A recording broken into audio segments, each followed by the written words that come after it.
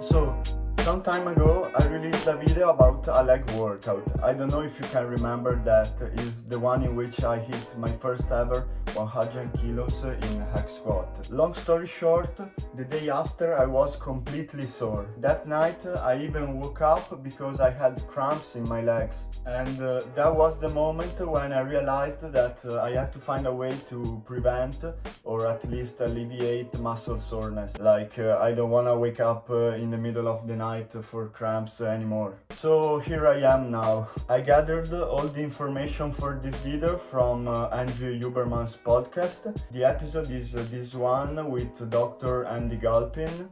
I hope I pronounce it well, and it is 3 hours long, so I decided to synthesize it for you. So let's start from the beginning. What is muscle recovery and how does it happen? Let me make a small disclaimer before starting the video. I'm not gonna use scientific terms. I'm gonna explain it in an easy way. If you wanna look up for the scientific explanation, you can look to the podcast episode. I'll link it in the description. But let's go back to where I was before. So, muscle recovery. When your muscles experience unusual damage, for example, you run further or you lift more weight than usual, then your body prepares to face that damage again so that it will hurt less than the first time. So first I'm gonna start from what you mustn't do, and that is stretching. Because when you stretch your muscles, they initially get longer, so more loose, but then it's just for a short period of time because they will come back even tighter than before. So it's counterproductive, you don't want to do that. So now let's move on to what you should do to avoid or alleviate muscle soreness. It is best to start the recovery process immediately after you finish your workout, and there are 3 big categories of recovery methods. The first one is breathing. So it has been proven that listening to slow-paced music and doing down regulation breathing can help to reduce the stress that your muscles are going through. So how do you do down regulation breathing? For example, you could do box breathing. So you lay on your back in a dark room or with your eyes covered, and you just imagine this box. So you choose a number from 3 to 8 seconds, and that will be one side of your square, of your box. Let's say you choose 5 seconds. You will inhale for 5 seconds, hold for 5 seconds, exhale for 5 seconds, and then hold again for 5 seconds. And you repeat this square. It would be best if you did that for at least 10 minutes, but just do that as long as you can. You may fall asleep while doing this. Personally, it has never happened to me, but keep in mind that it could happen. The second method is pressure, and this pressure can be applied with your hands, so a massage, with tools such as a massage gun or a foam roller.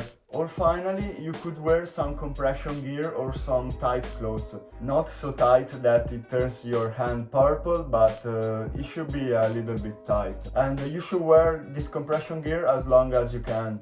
Pressure helps to move the fluids in your muscles to let the blood flow, and so you get new blood in and all that waste product out of your muscle. The third and final category is thermal. So of course, when thinking of muscle recovery, ice baths come to your mind. But you gotta be careful with ice baths because it is super effective for muscle recovery, but it stops that adaptation process, so it stops hypertrophy. And that is something you don't want if your goal is to increase your muscle mass. But let's say you're really sore, and you're so sore that it could cost you maybe 2 or 3 days of training. Well, then you have to make a choice. You can sacrifice some of the hypertrophy and get muscle recovery, or you don't, but you lose some days of training. It's up to you to decide. So how cold should the water be? It should be really cold if you want to see positive results. So you could stay in water between 10 and 4 degrees Celsius for around 15 minutes, or sub 4 degrees water for 5 minutes. Keep in mind that the colder the water, the shorter you have to stay in. if the water isn't really cold, you would have to stay in for a long time. So it's up to you to decide. You can also alternate hot and cold, like ice bath and sauna. It can be good to increase the blood flow. Yeah, you have to experiment and find the best solution for you. So you could also combine some of these. You don't need to do all of those at once. You can adjust on what you have at home, like doing breathing and compression or breathing and ice bath. Just play around and find what is the best combination for you. So let's talk about my experience. I have tried some of these methods. So these weeks, after all my leg workouts, I came back home and I immediately put on compression gear. Then I did box breathing. And I gotta say, it really works for me, because last week me and my friends did a really hard leg workout.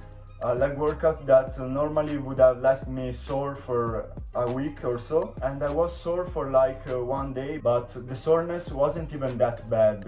I could do all my normal activities. I think this is the best combination because you don't leave any muscular gains behind, and you can do all your normal life activities while wearing compression gear. It won't take away any of your time. So yeah, this was the video. I hope I gave you some useful advice so that you don't end up waking in the middle of the night like me because you're sore. Hope you enjoyed the video, and as always, I will see you in the next one.